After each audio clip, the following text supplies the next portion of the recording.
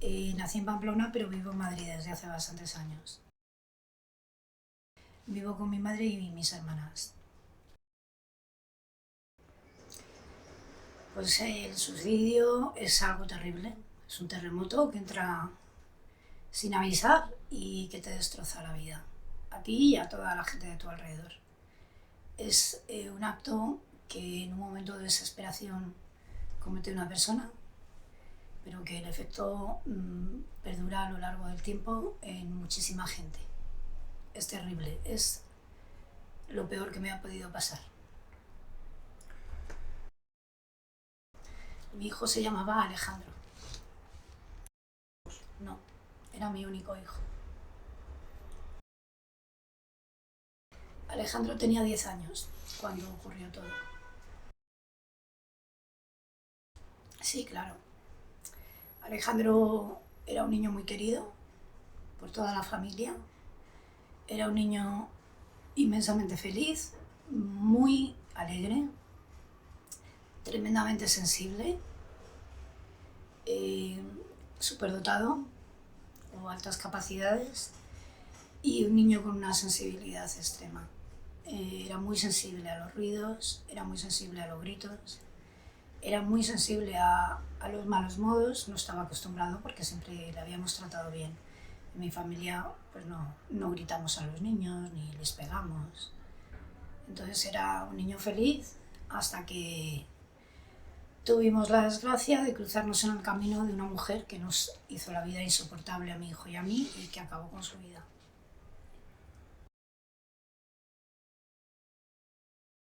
Ay, a Alejandro no le gustaban los dibujos animados al uso. Siempre le gustaban los dibujos más raros, ¿no? Dentro de los dibujos animados, como Gumball, le gustaban... ahora mismo ya no me acuerdo muy bien de los dibujos, pero no era un niño de Disney, nunca le gustó. Era un niño más de documentales, le gustaban mucho los documentales históricos, le gustaba muchísimo la historia y sabía muchísimo de historia, mucho más de lo que sé yo, más incluso de lo que sabe bastante gente que se supone que sabe mucho de historia. Era su gran pasión, los cómics y las historias. Y le gustaba pues ver películas de ciencia ficción, le gustaban las películas de históricas y también pues las películas de superhéroes, bueno, como a todos los chicos supongo. Alejandro cuando era pequeño creía en Papá Noel, pero llegó un momento en el que me preguntó, me dijo que no lo veía factible que ocurrieran las cosas que decían y me preguntó, yo siempre le decía que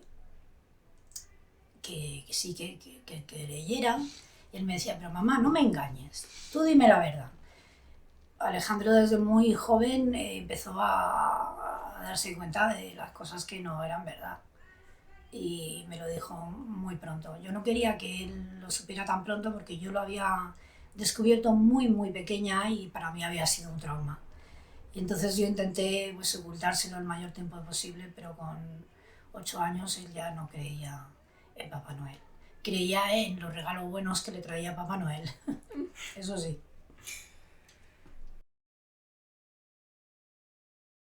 Pues Alejandro era un niño muy tímido, era bastante introvertido y tenía dificultades para relacionarse con niños de su edad. Eh, Él fue a un logopeda porque tuvo dificultades de articulación provocadas por unas anginas que le habían taponado los oídos. Entonces tuvo problemas para articular algunas vocales y le llevé a un logopeda y allí no tenía problemas de socialización. Quizá porque eran niños de diferentes edades, pero en su clase sí tenía problemas de socialización. Porque era un niño muy diferente al resto, era un niño que tenía unos intereses muy diferentes, no le gustaba jugar a juegos agresivos ni violentos, no jugaba al fútbol, a él le gustaba leer cómics y se pasaba los recreos leyendo cómics. Y las veces que jugaban con él, pues le hacían daño. Entonces llegó un momento que cogió miedo a jugar con los niños, con algunos niños. Jugaba con las niñas hasta que las niñas pues dejaron de jugar con él. Y todo empezó porque pasó a primaria y en primaria pues tuvo a una docente que le trataba muy mal, que gritaba mucho la clase, que no se hacía con ella, que constantemente tenía problemas con la clase, con los niños, no los controlaba, los niños se rebelaban. Mi hijo esa situación le estresaba mucho porque era un niño que estaba acostumbrado a portarse muy bien y él quería aprender y no le dejaban escuchar. Y luego por otro lado la profesora pues todos los años cogía manía a unos cuantos y a esos niños se los hacía pasar canutas y mi hijo fue uno de ellos. A una niña porque no le gustaba su cara, a otro niño porque no aprendía pronto y mi hijo pues no sé qué manía le tenía a mi hijo, la verdad. El caso es que le machacaba día tras día, tras día, tras día, tras año. Yo solicité que no la volviera a tener. La volvió a tener de tutora en todas las asignaturas. En segundo de primaria volví a hablar con el director para por favor que no la volviera a tener. La volvió a tener en tercero. En cuarto, en tercero, al final de tercero empezó lo del COVID y gracias a Dios pues por eso solo la veía a través de internet.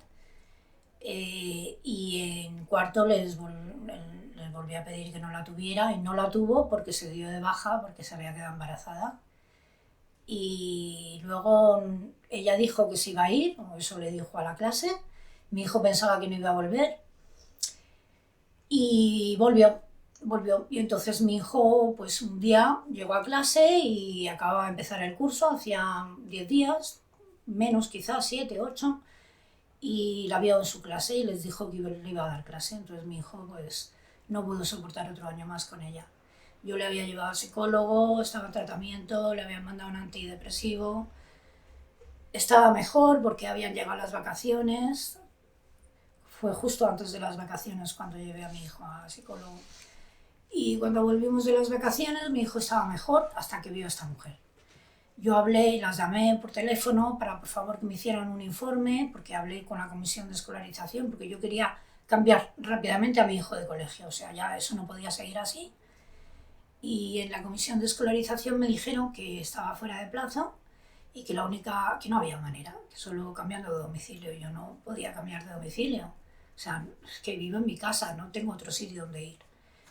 Y entonces hablé con las psicólogas para ver si haciéndome un informe psicológico podía solicitar el cambio. Fui a hablar a un colegio público que había al lado de mi colegio, me dijeron que tenían plaza y las psicólogas pues me dijeron que no tenían tiempo, que estaban ocupadas y que no tenían tiempo.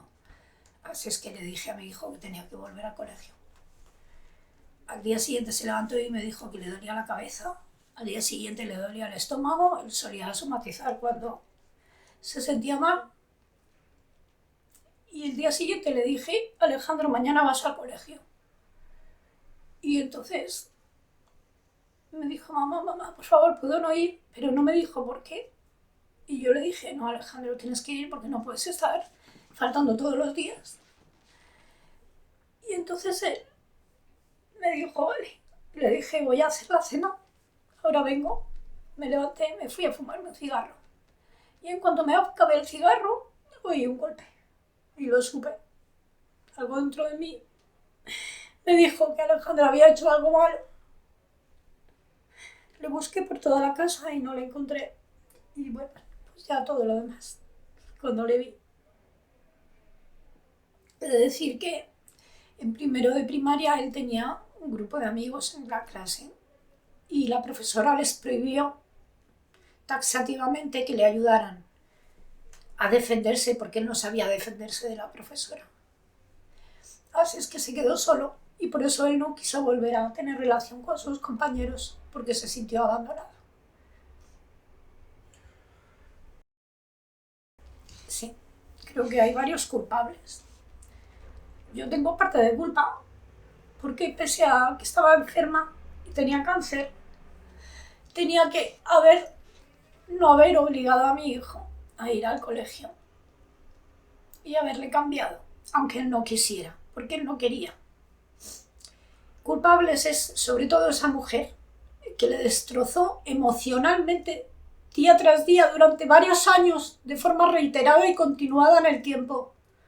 Culpables son los niños, que le machacaban todos los días, que se reían de él, que le pegaban, que le robaban, que le copiaban, que le hacían la vida insoportable, día tras día, tras día, tras día, tras día. Culpable es el director del colegio, que hablé con él 1000 veces y no hizo nada, y la orientadora del colegio, la psicóloga, que hablé con ella muchísimas veces, muchísimas, y ya cuando le dije que mi hijo estaba sintiéndose acosado, se me echó encima y entonces todo empezó a ser culpa nuestra. En cuanto hablé de la palabra acoso, todo empezó a ser culpa nuestra. No tengo contacto con el colegio. Una denuncia que el juez no hace más que cerrar y el Ministerio Fiscal no hace más que adherirse a nuestra causa de forma parcial, por lo que va al provincial, el provincial nos da la razón, vuelve al tribunal que nos lo había cerrado, que tiene que comerse, porque supongo que no, a nadie le gusta que le digan que no ha hecho bien su trabajo, volver a reabrirlo y entonces, claro, en cuanto puede lo vuelve a cerrar. Y así llevamos ya pues casi 2 años. Ahora la presunta maltratadora de mi hijo me ha denunciado por acoso, porque dice que la acoso. Cuando ni siquiera puedo salir ya a mi barrio, salí en 2 ocasiones y me acosaron y me intentaron agredir ellos, así es que ya no voy por mi barrio. Tengo que salir a otros sitios a comprar y a hacer las gestiones del el estanco, la farmacia, todo eso. He tenido que cambiar el sitio donde voy a comprar. Mucha rabia y muchísimo odio. Nunca pensé que pudiera albergar tantísimo odio, tanta rabia y tanta sensación de impunidad, de que se han reído de mí en la reunión que tuve con ellos, previo a presentar una queja en la Consejería de Educación. Eso fue una pantomima, se rieron de mí, o sea, me sentí realmente agraviada.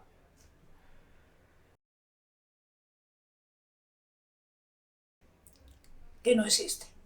La justicia no existe. En primer lugar tienes que tener pruebas. Para eso te tienes que haber preparado. Yo tenía que haberme dedicado a haber llevado a mi hijo con una grabadora para que grabara todo, porque sin pruebas, ¿a dónde vas? Y aún así, da igual, tengo grabaciones de mi hijo diciendo que era acosado. Sí, soy creyente. Sí. Me gustaría que también hubiera justicia aquí, porque, como decía Jesús, a Dios lo que es de Dios y al César lo que es del César. Pero en este país no hay justicia. Se maltrata a los niños y no hay justicia. Existe un maltrato reiterado contra los niños en los colegios.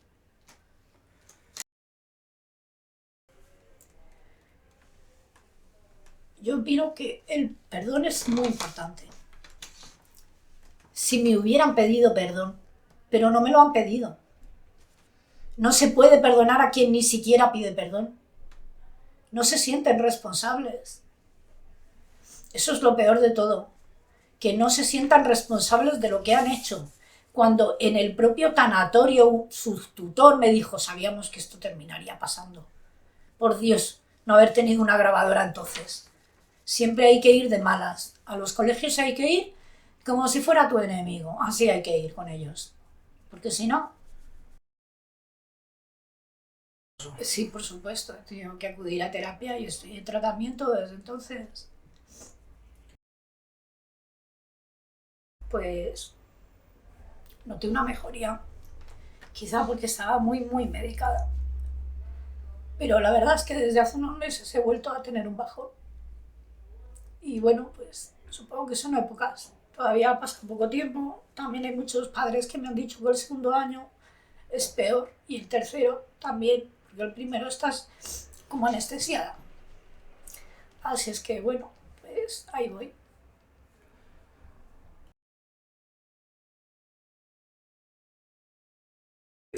Sí, desde el primer día. desde el día en el que le vi por la ventana que me dieron ganas de tirarme a mí también y no lo hice porque quería justicia, quería que se hiciera justicia con mi hijo. Hasta ayer mismo pienso todos los días en ello, porque para mí mi vida ya no tiene sentido.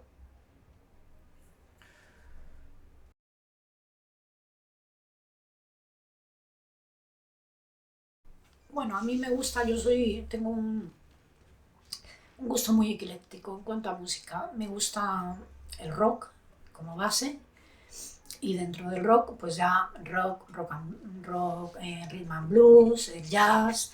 Me gusta el rock duro, no el thrash ni el hard, pero sí el rock de toda la vida, de los 70, de los 80, de los 90. Me gusta el rock and roll. Me gusta el soft rock, como lo llaman ahora, vamos, música melódica, por decirlo de alguna manera. Me gustan los cantautores, me gusta un poco, el rap no me gusta y el reggaetón tampoco me gusta, pero en general me gusta casi toda la música, sobre todo la música de los 80, 90. Sí. A ver, bueno, me gustan mucho los Pixies, me gustan los Eagles, me gustan Pink Floyd, bueno, me gustan casi todos los grupos de rock. Para relajarme me pongo música rock suave. Y también pues me pongo música para meditar, porque medito.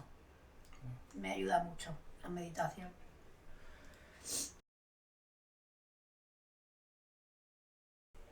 Sí, el,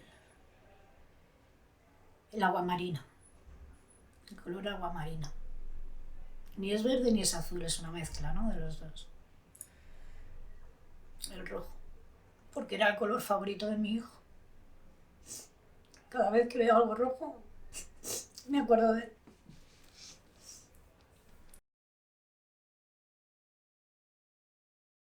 Era estupenda.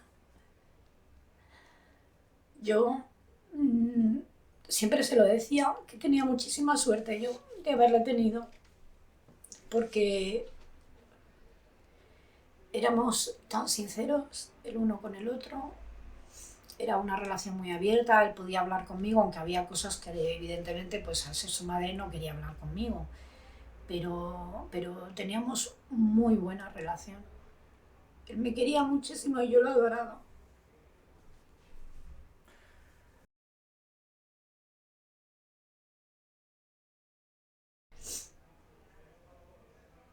Sí.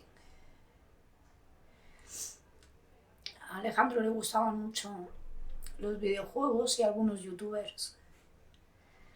Bueno, mucho. Le gustaban algunos videojuegos. Le había hecho un regalo de un videojuego que era para jugar en familia.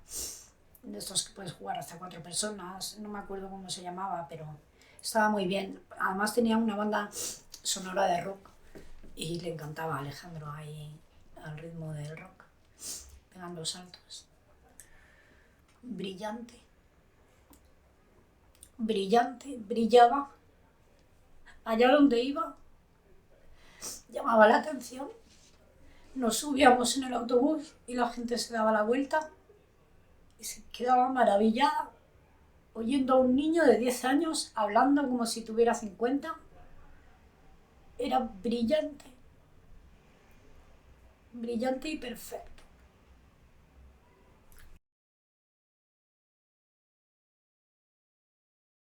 Hijo mío, no te voy a obligar nunca más a ir al colegio. Eso es lo que le tenía que haber dicho. Porque te quiero, se lo decía todos los días. Y él me lo decía a todas horas. Así es que no, solo eso.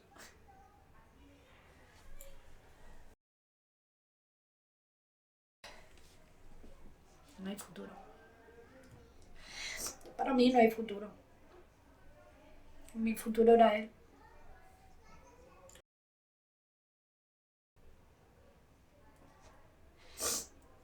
Me levanto, entonces recuerdo que ya no tengo un hijo y me pongo muy triste. Y entonces hay veces que me vuelvo a meter en la cama Y otras veces que, bueno, que me levanto, me hago un café y intento sobrevivir. La verdad es que lo único que hago ahora es sobrevivir.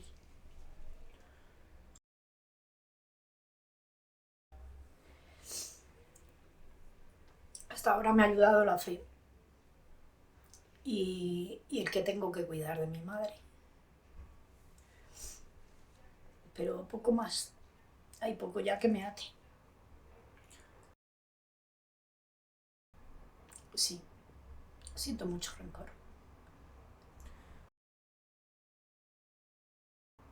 Sí, me siento apoyada por padres que han pasado por una situación parecida a la mía y por otros padres que he conocido, ¿no? A lo largo de este camino.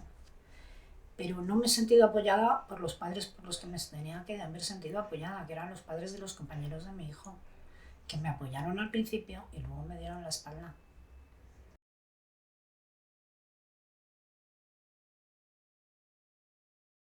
Sí, el colegio habló con ellos. De hecho, el colegio hizo tres reuniones en relación a mi hijo, cuando mi hijo ya había muerto. Además lo sé porque me llamaron algunas madres para decirme, mira, he ido a tener la tutoría con mi hija y en vez de hablar de mi hija, han hablado de tu hijo. Así me llamaban y me lo decían. Que qué pasa, que si yo voy a declarar, porque se enteraron, yo hablé con 2 o 3 madres, estuvimos haciendo un grupo, una lista de madres que podían declarar porque sabían que esa mujer había hecho cosas en clase que estaban mal hechas, ¿no? Y yo quería que esas madres declararan, entonces estaban dispuestas a declarar y de repente el colegio empezó a presionarlas. Empezó a presionarlas, a decirles que porque se metían en camisas de 11 varas, en historias que no iban con ellos, por miedo muchas, porque seguían sus hijos en el colegio, por miedo porque tenían primos en el colegio, o por no meterse en problemas, pues decidieron no ir a declarar. Varias de ellas. Solo hubo una mujer que tuvo valor y luego otras declaraciones no las pude presentar porque según el abogado pues no iban a tener mucho recorrido.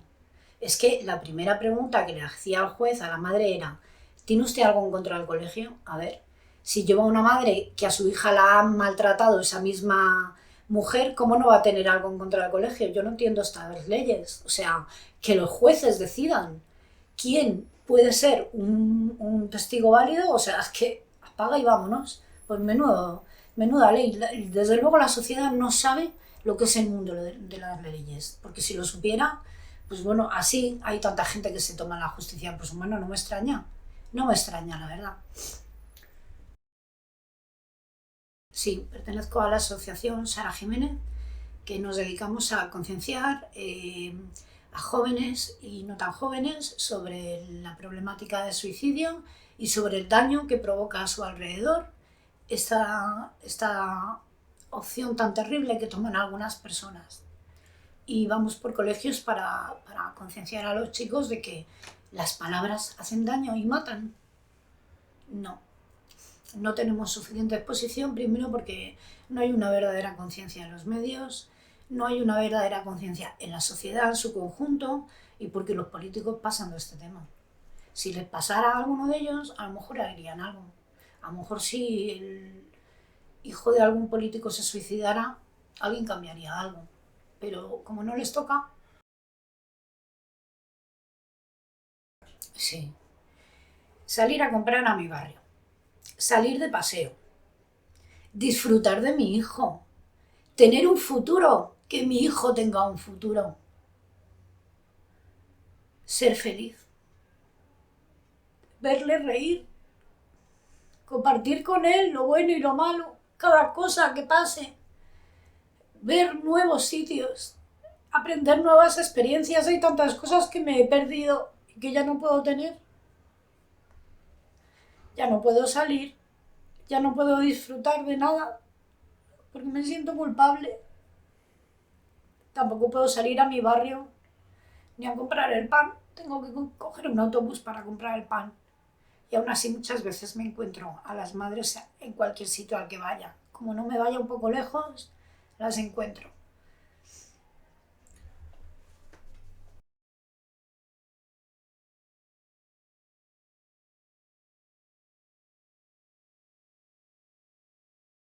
no lo sé. Ojalá, pero no lo sé. No sé si voy a tener la fuerza para hacerlo. Y feliz, pues, después de haber perdido un hijo, no se es feliz. Se sigue adelante. Pero no se puede ser feliz cuando has pasado algo tan terrible en tu vida. Esto, no te, vamos, es... Yo he pasado cáncer, he cuidado de mi padre con Alzheimer durante 10 años. Ninguna de las experiencias que había tenido en mi vida, y he tenido muchísimas y algunas bastante malas, se asemejan, se acercan siquiera un poco a lo que es vivir con esta vida destrozada, con esta sensación de destrucción total. No, no creo que pueda volver a ser feliz.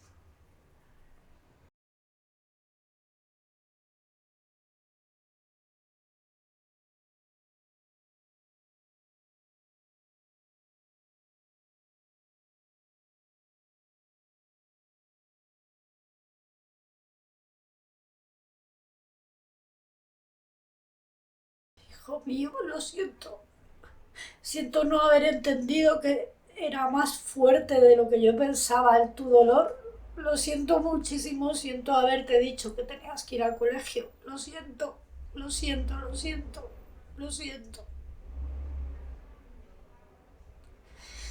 Te quiero. Perdóname. Eso es todo.